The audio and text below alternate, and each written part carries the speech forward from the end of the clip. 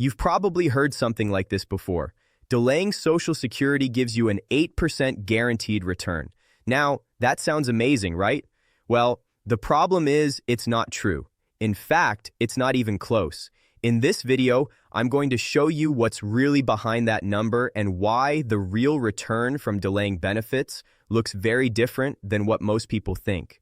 You know, a few days ago, I posted a video comparing what happens if you file at 62 versus 70 and how that decision impacts your portfolio over time. Now, a lot of the comments came in saying that it's crazy not to delay because it's like getting an 8% guaranteed return, and I totally get where that comes from. And if you've also thought this, you're not alone. Even some of the highly respected experts in this field have said the same thing. And I have to admit, I used to believe it too. I can actually remember saying this in fact. But as I dug deeper, I realized the truth is very different. And understanding this difference is important because it changes how you see the trade-offs when you're deciding when to start your benefits. So I want to dissect this and show you the simple math behind these increases. But first, we do have to understand the basics behind the decreases or increases to your benefit based on your filing age. In the stripped down version is that if you file early, your benefit is reduced. If you file later, it's increased. And when you look across all the possible filing ages, the average annual change from 62 to 70 works out to about 12% per year. So this is where that 8% guaranteed return idea comes from. But here's the thing, having your benefit increase by 8% a year isn't the same as earning an 8% return. So think about it this way. Let's say that I owe you $100 for the rest of your life.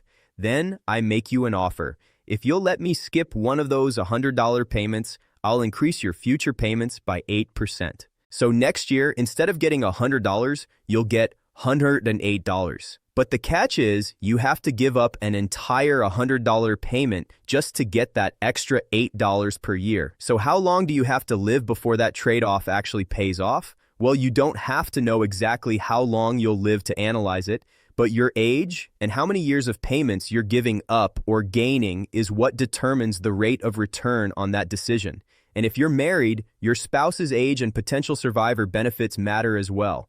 So let's move beyond this abstract example and let's look at the math specific to Social Security. So suppose someone has a full retirement age benefit of $3,000. So if they file at 62, their benefit drops to $2,100 per month. And if they wait until 70, it increases to $3,120. That means that by waiting, they're going to be giving up $25,200 each year for 8 years. And that's about $21,000 total in missed payments. And just to be clear, I'm not including inflation in this example. And that's because inflation is going to impact both options the same way. Whether you claim early or late, your purchasing power is still going to move with inflation over time. And leaving it out just keeps the math simple so we can focus on the difference between the filing ages. Now, in exchange, the Social Security Administration is offering a deal. They're saying, hey, skip those 8 years of checks and starting at age 70 will boost your benefit by about $19,000 a year for life. So the question becomes, how many years do you have to live and collect that higher benefit before the trade-off actually pays off? Now, we can look at this in a traditional break-even analysis, but that only shows when the cumulative benefits between filing ages catch up in terms of dollars collected, but it doesn't quantify the rate of return. So think about it this way. If it were an investment, by delaying, you'd be putting in $25,000 a year for 8 years, because that's money you're not receiving right now. In return, you'd start receiving $19,000 per year in withdrawals after that 8-year period. And the return on that depends entirely on how long you live to collect it. If you only collect a few years, your return is going to be negative. But if you live a long time, that $19,000 increase starts to pay off. The longer you live, the higher your effective return becomes. Now, the way you measure this in mathematics is through something called the internal rate of return. It's a way to figure out what rate of return would make the benefits you gave up early equal to the value of the higher payments you'll get later. In other words, if delaying Social Security were an investment, what kind of return would you actually be receiving on that trade-off? So, let's look at a single person first, and then I'll show you the return for a couple. And in either case, I know this is a spoiler, but when we actually run the numbers, the return is certainly not 8%. In fact, if we just look at a single person's benefit, the return is negative until about 79.5. And then by age 84, which according to the Social Security Administration is the life expectancy for a 62-year-old, the return is about 3.3%. By 90, it's 5.3, and if you live to 100, it's about 6.6%.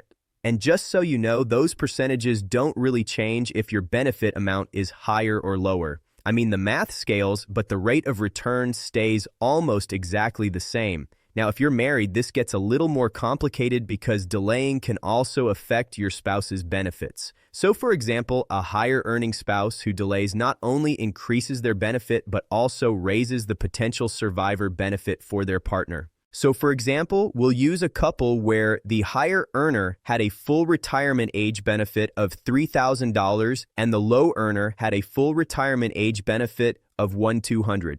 Now, in this case, we'll assume that the low earner files at 62 and the higher earner files at 70.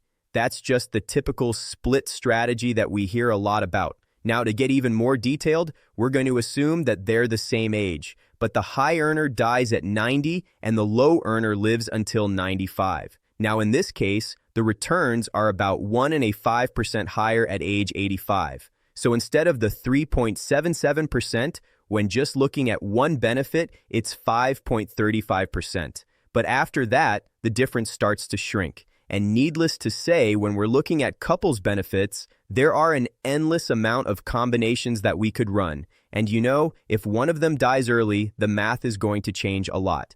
But the big takeaway here is that in either case, it's not the 8% guaranteed return that people often talk about. It's closer to 3, maybe up to 6%. I know that may be a bummer, but understand this too on the positive side that return is without any of the volatility or drama that comes from the stock market or interest rate fluctuations. The only catch is you have to live long enough for that return to become meaningful. And that's when delaying Social Security really starts to pay off. Now, it goes without saying that this analysis that we looked at today only looks at one part of the equation, the math behind delaying, but there's so many other factors that matter just as much when you're deciding how to file. You know, you've got your health, your spouse's life expectancy, who's the higher earner, your need for income today, your tax situation's a big piece of that. All of those, though, play a big role in which strategy is going to make the most sense. You know, for some, it's better to claim early and preserve those investments. For others, delaying can give you that long-term security that you need from both having a guaranteed income payment and a higher survivor benefit.